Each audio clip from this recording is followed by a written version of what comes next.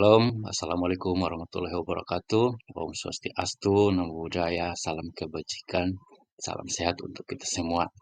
Pada kesempatan kali ini, saya Ari Aryan Sanam, calon guru penggerak angkatan ke-10 dari Kabupaten Kupang, unit kerja SMA Negeri 1 Fatuleu Barat. Saya akan memaparkan kesimpulan dan refleksi pemikiran Ki Hajar Dewantara pada tugas koneksi antar materi modul 1. Modul ini menggali pemikiran-pemikiran Ki Hajar Dewantara, pendiri pendidikan taman siswa yang menjadi landasan penting dalam pengembangan pendidikan di Indonesia. Melalui pemahaman terhadap konsep dan prinsip-prinsip yang diperkenalkan oleh Ki Hajar Dewantara, kita dapat memperoleh wawasan yang mendalam tentang pentingnya pendidikan yang merdeka, berkeadilan, dan berkepribadian untuk membangun bangsa yang maju dan beradab. Lewat statement tersebut, ada beberapa poin penting yang saya rasa penting untuk dapat saya jelaskan lewat kesempatan ini. Yang pertama adalah pendidikan merdeka. Ki Hajar Dewantara memperjuangkan konsep pendidikan merdeka, di mana siswa didorong untuk memiliki kemerdekaan dalam belajar dan berkembang sesuai dengan potensi masing-masing. Ini berarti tidak hanya memberikan pengetahuan, tetapi juga membantu siswa mengembangkan kemandirian, kreativitas, dan kemampuan berpikir kritis. Dan yang kedua adalah pendidikan berkeadilan. Beliau menegaskan pentingnya pendidikan yang berkeadilan, di mana semua individu memiliki kesempatan yang sama atau hak yang sama untuk mendapatkan akses dan manfaat dari pendidikan.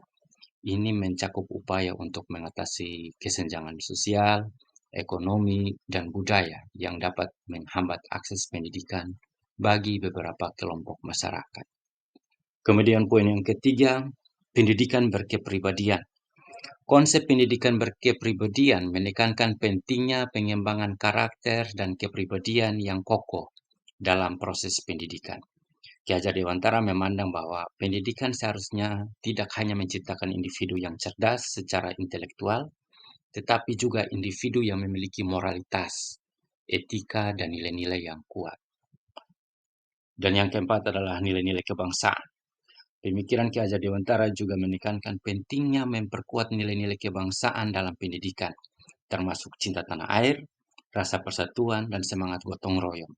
Hal ini merupakan upaya untuk membentuk generasi penerus yang memiliki rasa tanggung jawab terhadap bangsa dan negara.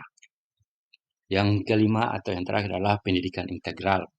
Selain itu, Ki Hajar Dewantara menekankan pentingnya pendidikan yang integral, yang mencakup pengembangan seluruh aspek kepribadian siswa, termasuk aspek fisik, emosional, sosial, dan spiritual. Pendekatan ini bertujuan untuk menciptakan individu yang seimbang dan berdaya guna dalam masyarakat. Pemikiran-pemikiran Ki Hajar Dewantara ini tidak hanya relevan bagi perkembangan pendidikan di masa lalu, tetapi juga memberikan inspirasi dan panduan bagi pendidikan di Indonesia saat ini dan di masa depan. Melalui penerapan nilai-nilai dan prinsip-prinsip yang diperjuangkan oleh Ki Hajar Dewantara, kita dapat terus memperkuat sistem pendidikan yang inklusif, merata, dan berorientasi pada pembangunan karakter bangsa yang maju dan beradab. Oke, sekarang kita lanjut ke pertanyaan nomor 1 pada modul 1.1, yaitu apa yang Anda percaya tentang murid dan pembelajaran di kelas sebelum Anda mempelajari modul 1.1. Ya, sebelum saya mempelajari modul ini, yang pertama saya terapkan adalah menerapkan peraturan yang cukup ketat, karena saya selalu beranggapan bahwa pemberian sanksi atau hukuman kepada peserta didik dapat mengubah perilaku mereka ke arah yang lebih baik. Itu yang pertama. Yang kedua adalah guru berperan penting atau tokoh utama dalam kegiatan belajar mengajar, sehingga peserta didik harus mengikuti semua arahan guru yang disampaikan.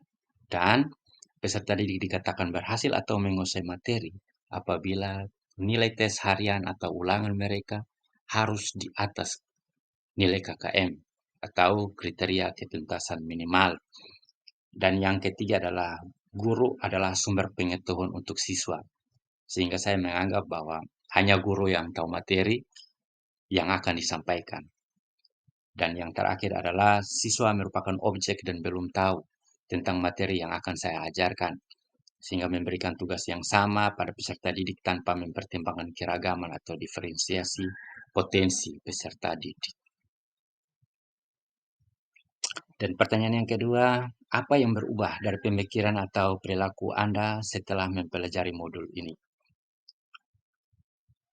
Ya, setelah mempelajari modul 1.1, pemahaman saya tentang pendidikan menjadi lebih mendalam dan terarah. Modul ini telah membantu saya untuk memperluas wawasan saya tentang konsep pendidikan yang berkelanjutan dan memberikan kerangka kerja yang lebih jelas tentang bagaimana merancang pembelajaran yang efektif dan berarti bagi murid. Berikut adalah beberapa perubahan yang terjadi dalam pemikiran dan perilaku saya setelah mempelajari modul ini. Yang pertama adalah pemahaman yang lebih dalam tentang pendidikan merdeka.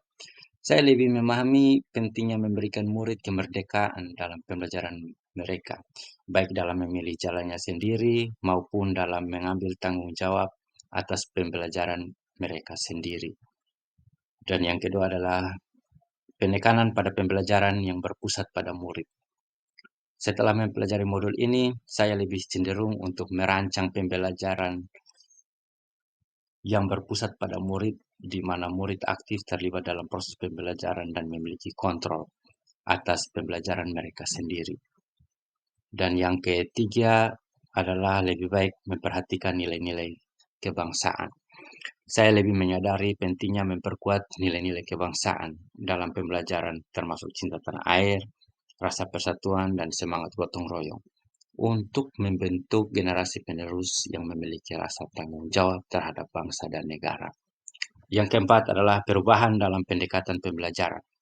Saya mulai mengubah pendekatan pembelajaran saya untuk lebih inklusif, merangsang kreativitas, dan mendorong pemikiran kritis. Saya juga lebih cenderung untuk mencari cara baru untuk melibatkan murid dalam pembelajaran mereka. Dan poin yang terakhir adalah lebih menyadari peran saya sebagai guru. Setelah mempelajari modul ini, saya lebih sadar akan peran saya sebagai guru dalam membantu murid mencapai potensi mereka. Saya lebih fokus pada memfasilitasi pembelajaran, memberikan umpan balik yang konstruktif, dan mendukung perkembangan pribadi dan akademis murid. Dengan demikian, modul ini telah memberikan kontribusi yang berharga dalam membantu saya menjadi seorang pendidik yang lebih efektif dan peduli, serta memperluas pandangan saya tentang pentingnya pendidikan yang merdeka, berkeadilan, dan berkepribadian. Ya, pertanyaan yang ketiga, apa yang dapat segera Anda terapkan lebih baik agar kelas Anda mencerminkan pemikiran Ki Hajar Dewantara?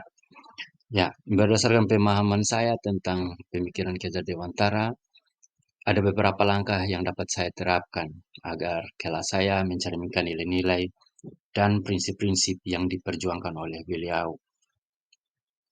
Ya, yang pertama adalah mengadopsi pendekatan pembelajaran berpusat pada murid.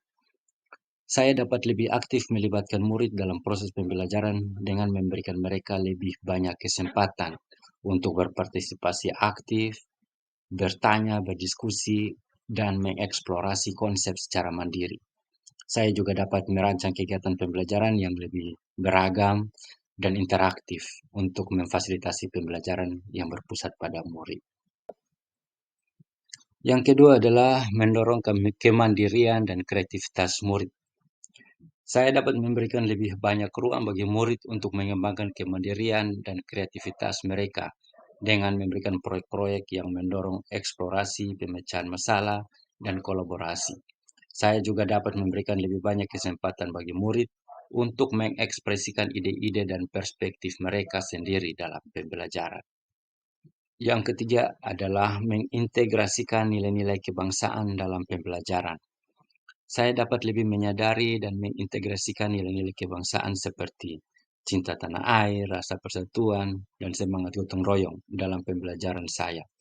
Ini bisa dilakukan dengan memilih materi pembelajaran yang relevan dengan nilai-nilai tersebut dan menyelipkan diskusi atau kegiatan yang mempromosikan pemahaman dan penghayatan terhadap nilai-nilai kebangsaan tersebut. Yang Keempat adalah memberikan umpan balik yang konstruktif dan mendorong perkembangan pribadi murid. Saya dapat lebih memperhatikan memberikan umpan balik yang konstruktif kepada murid tentang kinerja mereka dan memberikan dukungan yang dibutuhkan untuk perkembangan pribadi dan akademis mereka. Saya juga dapat menjadi lebih terbuka dan responsif terhadap kebutuhan dan minat individual murid untuk memfasilitasi pertumbuhan dan pengembangan mereka secara holistik. Dan yang kelima adalah membangun hubungan yang positif dan kehangatan dalam kelas. Saya dapat menciptakan lingkungan yang inklusif, ramah, dan mendorong dalam kelas di mana setiap murid merasa didengar, dihargai, dan diterima. Saya juga dapat mempromosikan kerjasama dan rasa saling menghargai antar murid untuk membangun atmosfer yang mendukung dan memotivasi pembelajaran. Ya, dengan menerapkan langkah-langkah ini secara konsisten, saya yakin kelas saya akan menjadi lebih mencerminkan nilai-nilai dan prinsip-prinsip yang diperjuangkan oleh Ki Hajar Dewantara, serta membantu menciptakan pengalaman pembelajaran yang berarti dan bermakna bagi murid. Ya, demikian penjelasan saya tentang kesimpulan refleksi pengetahuan dan pengalaman baru yang dipelajari dari pemikiran Ki Hajar Dewantara dan semoga bermanfaat. Terima kasih.